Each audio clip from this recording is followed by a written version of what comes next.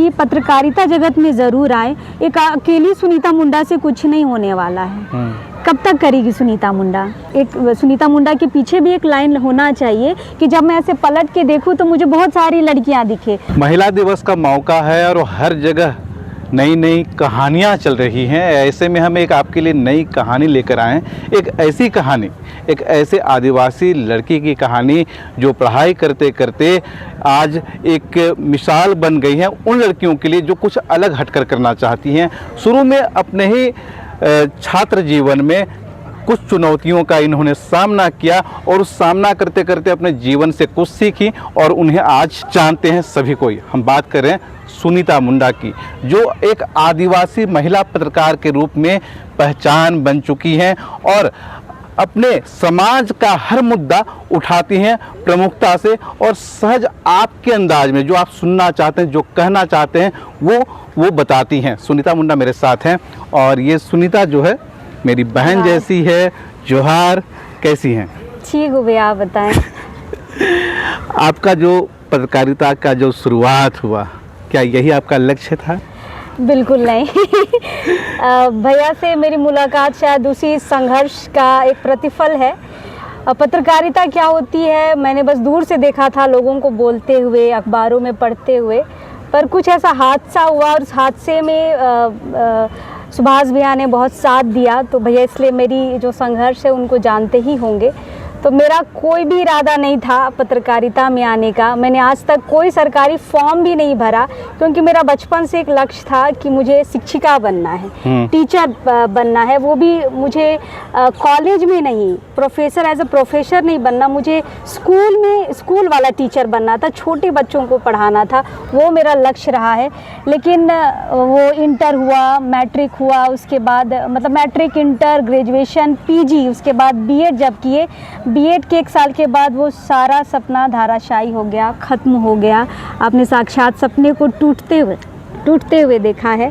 शायद वो सारी बातें होती है तो मेरी सांस अटकने लगती है। तो ये सारी चीज़ें हैं। उसके बाद जैसे भैया का साथ मिला, बहुत सारे लोगों का साथ मिला, तब मैं इस फील्ड में आ पाई।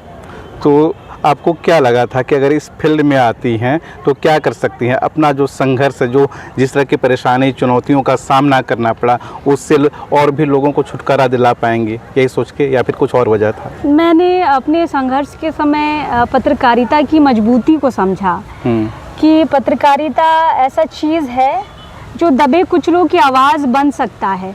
शायद जो लोग नहीं बोलना चाहते हैं या जिन लोगों पे हम ध्यान नहीं दे पाते हैं, उनकी आवाज़ बन सकता है।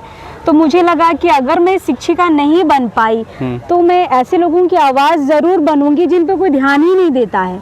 जैसे जब मेरी कॉलेज का मैटर चल रहा था, मेरी बीएड अनकम्प्लीट रही, तो मैंने बहुत जगह मदद मांगा, मतलब भीख मांगा, हाथ फैलाया कि मेरी। गई थी आप?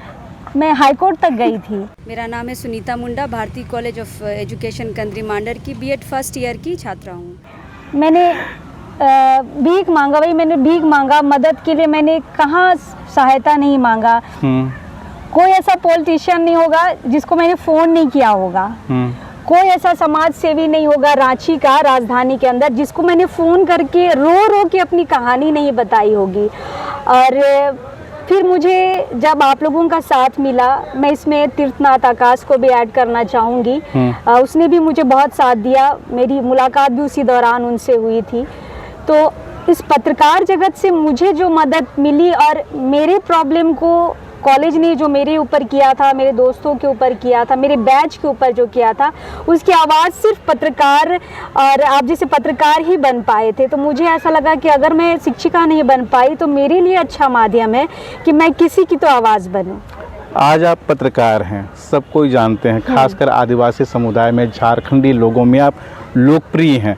आप जो भी करती हैं वो तुरंत से वायरल हो जाता है, कमेंट आता है, लाइक आता है, सब कुछ आता है, प्यार है, निश्चित रूप से प्यार है। लेकिन आप ऐसे मुद्दों को रखती हैं सबके पास जिससे लोग जुड़े हुए रहते हैं, अपना समझते हैं।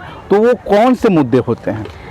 देखिए, सबसे बड़ी बात कि मैंने पत्रकारिता नहीं की है और शायद मैं पत्रकारिता की हुई रहती, मुझे ऐसा लगता है कि अगर मैंने पत्रकारिता, मास कम्युनिकेशन पढ़ा होता तो मैं पढ़ी हुई चीज़ों पे चलती कि ये करना है, ये नहीं करना है, ये नहीं करना है पे ज़्यादा मैं गौर करती। लेकिन चूंकि मैं एकदम नॉर्मल जगह से आई हूँ और मेरा सोशली वर्क भी रहा है, मैं पढ़ाई के साथ साथ सोशल वर्क भी करती थी, क्या संगठनों से, सामाजिक संगठनों के साथ मैं जुड़ी हुई थी। तो लगभग मेरे पास मैंने वो चीज़ बहुत नज़दीक से देखा है कि झारखंड के लोगों को क्या परेशानी है, आदिवासी लोगों को क्या परेशानी है और क्या क्या मुद्दे हैं। जैसे ज़मीन का मुद्दा बहुत ज़्यादा है, अधिकतर मेरी स्टोरियाँ आप देखेंगे ज़मीन को लेकर है। मुझे पता है कि कैसे ज़मीन को लेकर ठगी होती है, कैसे ज़मीन के नाम पर लोग दूसरों की ज़मीन को ले लेते हैं। तो ये सारी चीज़ें मैंने देखा हुआ था, तो मेरे लिए कुछ ज़्यादा परेशानी नहीं हुई इस फील्ड में काम करने के लिए। मुझे समस्याएँ पता है, तो मुझे समस्याओं पर बात करने के लिए ज़्यादा आसानी हुई।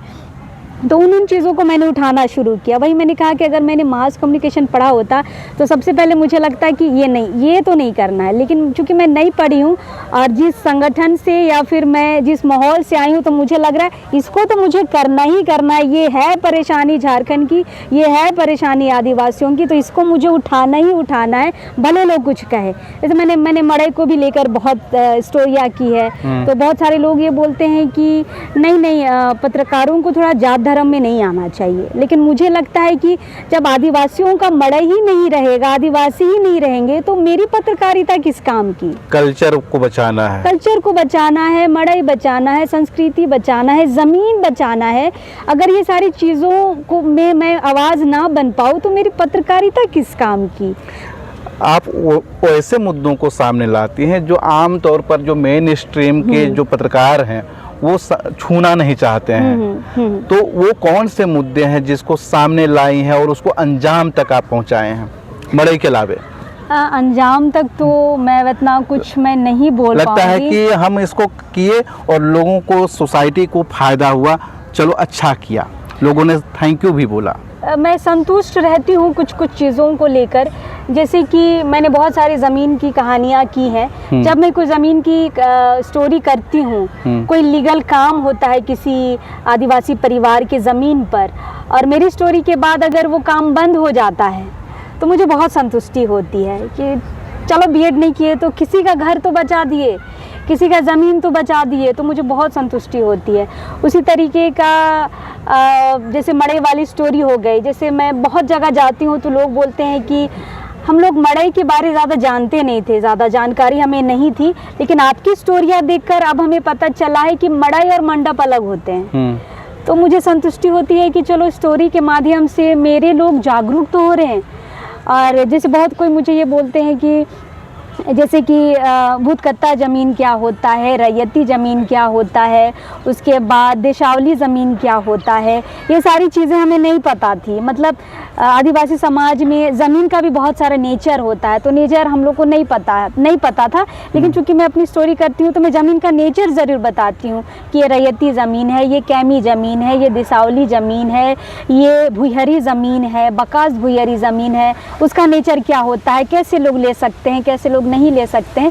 तो बहुत लोग बोलते हैं कि दीदी हम लोग को तो पता ही नहीं था कि इतना नेचर का ज़मीन होता है, तो आपकी स्टोरी देख के हम लोग ज़मीन की जानकारी ले रहे हैं। तो मुझे बहुत संतुष्टि होती है, एक सुख वाली नींद मुझे आ जाती है उस दिन जब लोग मुझे ये कहते हैं। आपने बताया कि आपने पत्रकारिता नहीं की है, लेकिन आप जिस प्लेटफॉर्म पर आप कर रहे हैं वो कहीं ना कहीं पत्रकारिता के करीब है और आप एक अहम इमेज बन चुकी हैं आदिवासियों के बीच में। लेकिन कुछ आलोचक ऐसे भी हैं, उनका मानना ये है कि सिर्फ आदिवासी मुद्दों को ही करती हैं, गैर आदिवासी मुद्दों को टच नहीं करती हैं। हाँ, आपने सुना होगा, मुझे लोग मुंह पे भी बोलते हैं मुंह पे भी बोलते हैं कि अरे तो तुम तो सिर्फ आदिवासी फेस बन के रह गई हो, दूसरा खबर नहीं करती हो। तो जिनको जो मानना है, मैं किसी के लिए तो ज़्यादा कुछ बोल नहीं पाऊँगी। जो मेरे कहानियों को जिस रूप से देखना चाहते हैं देख सकते हैं, लेकिन हाँ मैं अपनी सोच ज़रूर बताना चाहूँगी कि मुझे लगता है कि पॉलिटिकल खबर लगभग हर मीडिया संस्थान अभी करती है, अभी नहीं करती है। और जो भी राजधानी रांची में हो सारी स्टोरियाँ करते हैं। लेकिन मुझे ये लगता है कि जो एक्चुअल आदिवासी की कहानी है ना, जो ज़मीन लूट की हो या जो भी हो, मुझे लगता है कि बाकी चैनल नहीं करते हैं। तो मुझे कभी ना कभी लगता है कि क्यों नहीं करते हैं। झारखंड राज्य आदिवासियों का राज्य, आदिवासी मुख्यमंत्री, सब कुछ आदिवासियों का, फिर आदिवासियों की स्टोरियां बाकी मीडिया हाउसेस में क्यों नहीं चलती हैं? शायद अलग अलग एल्गोरिदम होगा बाकी मीडिया संस्थानों का, मैं किसी की आलोचना नहीं कर रही हूँ, लेकिन मुझे ये लगता है कि ठीक है बाकी नहीं कर रहे हैं, लेकिन मैं तो कर सकती हूँ ना, क्योंकि मैं एक आदिवासी हूँ और मैं समझती हूँ अपने लोगों की समस्याओं को, नज़दीक से समझती हूँ कि जब एक आदिवासी का ज़मीन लूटता है और उस ज़मीन पर बाउंड्री करते हुए देखता है तो उस आदमी के ऊपर क्या बीतती है ना, वो मैं महसूस कर सकती हूँ। तो मुझे लगता है कि मैं उन कहानियों को ज़्यादा करूँ जो बाकी मीडिया नहीं करती है, आदिवासियों को उन कहानियों को दिखाऊं जिनको लोग बोलते हैं नहीं नहीं ये स्टोरी लायक तो है ही नहीं, तो उन स्टोरी नहीं लायक स्टोरी को मैं लायक बनाना चाहती हूँ और चाहती हूँ कि लोग देखें कि इस तरह की भी कहानियाँ हैं जिन्हें आप नहीं दिखाते हैं और दिखानी चाहिए। आज आपसे बात कर रहे हैं 8 मार्च के दिन जो महिला दिवस है, आप खुद एक महिला हैं, ऐसे में झारखंड में जो महिलाएं हैं, खासकर आदिवासी महिलाएं जिन पर आप काम करती हैं, तो किस तरह के महिला से जुड़े मुद्दों पर आप अभी तक काम की हैं और करना क्या चाहती हैं? देखिए, महिला में मैं सिर्फ आदिवासियों को तो नहीं लूँगी, क्योंकि जब महिला आ जाती हैं तो वो हिंदू मुस्लिम सिख ईसाई महिलाओं वाला वो मैं बैरियर हटाना चाहती हूँ। महिला मतलब महिला सिर्फ नहीं, आदिवासी महिला नहीं, तो महिलाओं को मैं ये बोलना चाहूँगी, महिलाएं तो अभी हर फील्ड में है, मतलब बहुत अच्छा लगता है मुझे, मॉडलिंग कर रही हैं, फैशन जगत में है, अच्छा शेफ भी बन गई हैं, घर भी अच्छा चला रही है, प्लेन उड़ा रही हैं, सब कुछ कर रही हैं, लेकिन मुझे बस अगर आदिवासी का, चूंकि आपने शब्द यूज़ किया है, तो मुझे बस आदिवासी महिलाओं से, आपका इमेज वो है इसीलिए मैंने मुझे आदिवासी महिलाओं से बस थोड़ा सा ये मैं चाहूँगी कि भाई इन्हीं के शब्दों में बोलेंगे, बहन ई फील्ड में भी आओ। ये फील्ड भी बहुत अच्छा है, बहुत स्कोप है। मतलब लोग, हम चाहते हैं कि आदिवासी लड़कियां, खासकर मैं चाहूँगी कि आप इसे कैरियर के रूप में क्यों नहीं लेते हैं? बहुत सारे लोग मास कम्युनिकेशन की पढ़ाई कर लेते हैं, पीजी भी कर लेते हैं मास कम्युनिकेशन में, उसके बाद पता चलता कंपटीशन की तैयारी कर रहे हैं, ऐसा मैंने देखा है। तो जब आपको कंपटीशन की तैयारी करनी थी तो आपने 5 साल मास कम्युनिकेशन में क्यों दिया? और जब आप मास कम्युनिकेशन में लिए हैं तो आप मीडिया संस्थानों में क्यों नहीं हैं? क्यों आप ये नहीं सोचती हैं कि हम भी अपने समाज की आवाज़ बन सकते हैं? तो महिलाएं हर जगत में अच्छा कर रही हैं, बस आदिवासी महिलाओं से मैं ये उम्मीद करूंगी कि पत्रकारिता जगत में ज़रूर आए। एक अकेली सुनीता मुंडा से कुछ नहीं होने वाला है। कब तक करेगी सुनीता मुंडा? एक सुनीता मुंडा के पीछे भी एक लाइन होना चाहिए कि जब मैं ऐसे पलट के देखूं तो मुझे बहुत सारी लड़कियां दिखे, सिर्फ आदिवासी लड़कियां नहीं, बहुत सारी लड़कियां दिखे।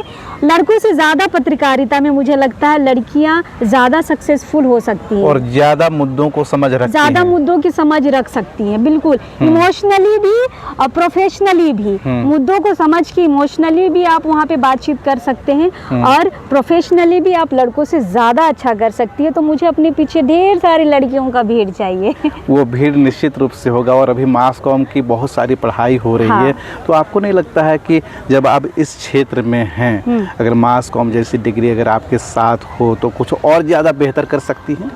हाँ, बहुत मेरे कभी सोचा है कि करना चाहिए? सोचे हैं सर, सोचे हैं। बहुत सारे सीनियर पत्रकार हैं, वो बहुत कोई बोलते हैं कि कम से कम सुनीता पीजी कर लो, ग्रेजुएशन नहीं भी करोगी तो मास कम्युनिकेशन में पीजी कर लो। तो मैं ये बताना चाहूँगी कि मैंने 2 साल से फॉर्म लिया पीजी का, लेकिन मैं फॉर्म भरी भी पर मैं जाके जमा नहीं कर पाई। मतलब शायद काम की ज़्यादा बर्डन ये समझ सकते हैं। मैंने अपने दोस्त को बोला कि यार फॉर्म ला दो वहाँ का, वो फॉर्म ला दिया अपने पैसों से, हम उसको ऑफिस में बैठ के भरे भी, फिर हमको बोला कि समय पे जाके उसको जमा कर देना। बोले ओके ठीक है, हम जमा नहीं कर पाए। अच्छा आज ये स्टोरी, आज इसको कर लेते, कल जाएंगे, कल ये स्टोरी है, ऐसे करते करते मेरे दिमाग से वो निकल गया। तो ऐसा नहीं है, लोगों ने मुझे सजेस्ट किया है और मैंने भी इसको लिया है, लेकिन मुझे लगता है मैंने ज़्यादा सीरियसली नहीं लिया है। तो इस साल फाइनली 2024 में मैंने ये सोचा है कि मैं पीजी में एडमिशन ज़रूर लूँगी और डिग्री होना बहुत ज़रूरी है।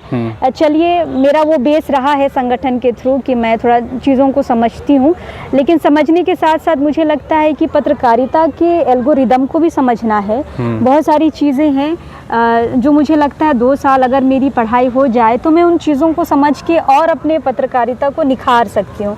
तो इस साल मैं एडमिशन ज़रूर लूँगी। चलिए, आप डिग्री लीजिए, अच्छा करिए, यही शुभकामना है। और महिलाओं की ताकत बनिए और अपने पीछे जो महिलाओं की फौज तैयार करना थे उसमें भी आप सक्सेस हो जाएं। बहुत बहुत धन्यवाद, जोहार हमसे बात करने के लिए। ये सुनीता मुंडा अभी पत्रकारिता कर रही हैं, लेकिन पत्रकारिता की पढ़ाई नहीं की है, लेकिन पत्रकारिता की वो पढ़ाई जरूर करेंगे। और पढ़ाई करना सबके लिए ज़रूरी है, चाहे वो पत्रकार हो ना हो, खुद पढ़ें, बच्चों को भी पढ़ाएं ताकि झारखंड तरक्की कर सके। महिला दिवस का मौका है, ऐसे में महिलाओं को भी इसको लेकर आगे बढ़ना चाहिए। सुनीता मुंडा के साथ बात कर रहे थे। हर अपडेट पाने के लिए जुड़े रहिए हमारे साथ। धन्यवाद।